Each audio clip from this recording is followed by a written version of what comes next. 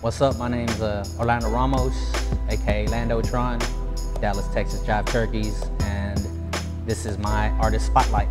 I'm a Gemini, so I like to keep two sides to everything. Some of the stuff I do, people don't even think I'm the one that did it, just because they're used to seeing my other stuff. If there's anything that's probably a strand through my work is obsessive, regardless of I'm doing black and white inks, my mosaics, or collage. And everything, you can see the obsession in it. I've been drawing since I was like about 3 years old. I grew up on comics and weird cartoons and stuff like that. And my art, I mean, there's no way that I got into it. It's just a progression of, like I said, obsession. I would say a catalyst for it was when I stopped copying and started just making up my own stuff. Just so many years of copying Spider-Man and Batman and stuff like that, you kind of figure out where stuff goes. And then in high school, discovering graffiti. Graffiti was a big catalyst, and then just moving on to later contemporary modern artists. Jean-Michel Basquiat was a big influence. Don D. White was a huge influence. Some of the earlier people, just Jasper Johns, all that. Yeah, it's just an amalgamation, just everything condensed together of just the way I grew up and the things that I saw. One day I wasn't working, and I had never painted, and before then all I had ever done was black books and stuff, and I just picked up a canvas one day and tried to put what was in my head down to the canvas, the style that I'm more known for, which is my mosaics, this multicolors of portraits and stuff like that. Contour drawings, which are painted as a mosaic. My color template, in terms of like, some people usually not freak out, or they're kind of confused by the colors I use. And I think comics and graffiti, seeing those color templates that are there in front of you, something so vivid, and that you see on a day. I'm a collector, I'm a comic nerd. So I mean, it's ingrained in me. So some of these colors that other people may not put together or seem to even coexist in the same universe, like for me, that's the only way they can coexist, is by being next to one another. Selection in music is just as broad and eclectic. I'll have John Lee Hooker next to Cannibal Corpse, something like that, like something ridiculous. And sometimes it definitely reflects through the work, but it definitely doesn't make the work, I guess. There's some people that I know they have to listen to a certain type of music when they paint, and there's probably some paintings I have that the music I was listening to, you wouldn't think I was listening to that type of music while I painted that. But it could have just been my mindset at the time, even though my mindset could have been aggressive, but not hectic, but I wanted to listen to aggressive music.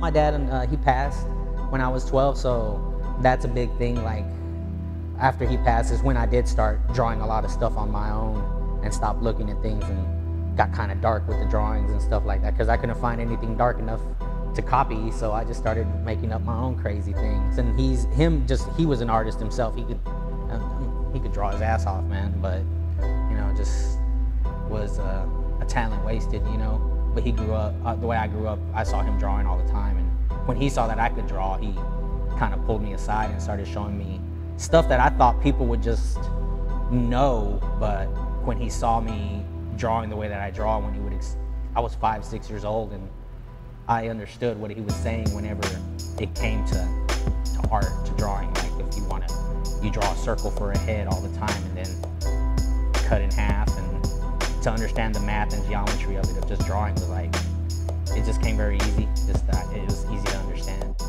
To me, to stay relevant is to just have always been to stay true to yourself.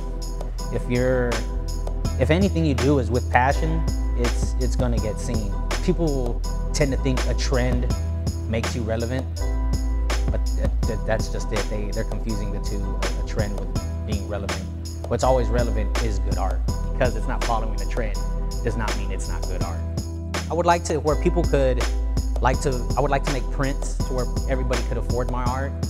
Not everybody can afford even $50 for a smaller painting, or $100 for a good size, $500 for a really awesome painting of Miles Davis, but they could afford a $20 poster of Miles Davis, They could afford, I do a lot of portraits and stuff like that, so that's what I would like to do. Like a lot of the portraits that you see sold in stores and stuff, I would like my posters to be in one of those racks and stuff like that. You know, it'd be cool if somebody could go buy a Chevrolet Perry print, you know, for 30 bucks, 20 bucks at Target.